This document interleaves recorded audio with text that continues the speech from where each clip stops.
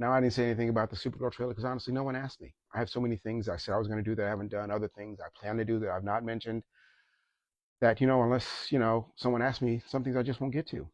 Having said that, I've since noticed that an army of lonely, angry, sexless chuds have made ragging on it that the sole purpose of the pathetic thing that they call a life. I feel I have to say something. And I'm not going to go easy on anything with James Gunn's name on it, especially if it's Superman related. That being said, it's a good trailer. I mean, it's not a great trailer. It's not like that incredible Suicide Squad trailer that we all wish the movie could have been as good as, but it's a good trailer. You get everything you need. You finally get a narrative. You get motivation. You get some super action. You get to see the bad guy. You get Superman in there and Big Brother mode, tying the films together. And most of all, you get the one thing that Superman himself has sometimes lacked: relatability. Now, I have no problem with characters like Superman or Captain America because I know they're not meant to be relatable. They're meant to be aspirational. But some people need to see themselves on screen. I mean, they want to see that person on screen become something better, thereby showing them that they could be better. But at first, they want to see the warts. They want to see the feet of clay. And Kara brings the warts and the feet of clay. Kara is angry, hurt, and alone and is acting out her pain, something everyone can relate to. Whereas Clark, even when he's expressing a very human need to fit in, he still does it in kind of a perfect way that not all of us would do. We might succumb to some other things, some things not as noble, to get along with people and have people like us. And not only is she relatable, but the one thing she has in this existence that she loves seemingly is going to be taken from her by an asshole. Who can't relate to that? Buffy fans, am I right?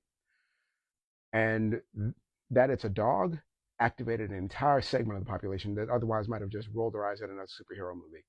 You think I'm kidding? Let me ask you a question. Who is John Wick? Yeah, a whole demographic that otherwise would not care is down to see someone kick ass over a puppy. You think I'm kidding? Read the comment section of any pet rescue video. Those people have a lot of pent up rage. Oh, and there's Lobo.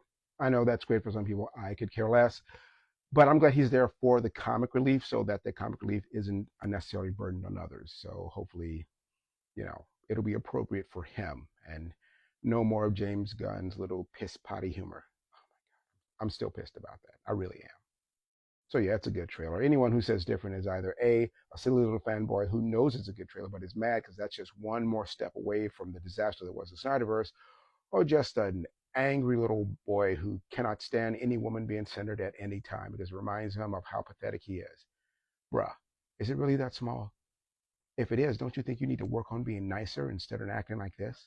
And it's just pure pathetic small dick misogyny because those same people are wetting their Wolverine overalls over the last Spider-Man trailer. No, no one asked me because look, it's Peter. He's alone and sad like me. Get it? Sad boy superhero good. Sad girl superhero bad. They are so pathetic that when she was asked about, fan response on the internet, she said, I got used to this with House of the Dragon. Doesn't mean anything to me. They nearly had a stroke because now it means that they can't internet bully her the way they did Daisy Ridley or Rose Retron because she basically ignores their pathetic existence. Maybe we all should. The trailer is fine. Hopefully the movie will back it up. If I have one complaint, and just one complaint, is that we don't see any of the fantastic imagery or colors that were in the book. The book is amazing. It's closer to Lord of the Rings than it is to Guardians of the Galaxy. It really is. It's literally a tale being told. It's very much a fantasy story. That fight you see in the trailer, if that's the fight that's at the end of the movie, the big climax of the film, that's supposed to be a full-blown pirate ship in space. If it's that ship. If it's not, fine. Maybe we will see the full-blown pirate ship. Because I'm still giving them time to render their special effects. We don't want anything rushed. You rush it, you get Bruce Banner and the Hulkbuster armor at the end of Infinity War, and nobody wants that. I will wait for something better. I'm not going to assume that they're not going there. Please do the spy. Please do the pirate ship, and don't forget the dragon.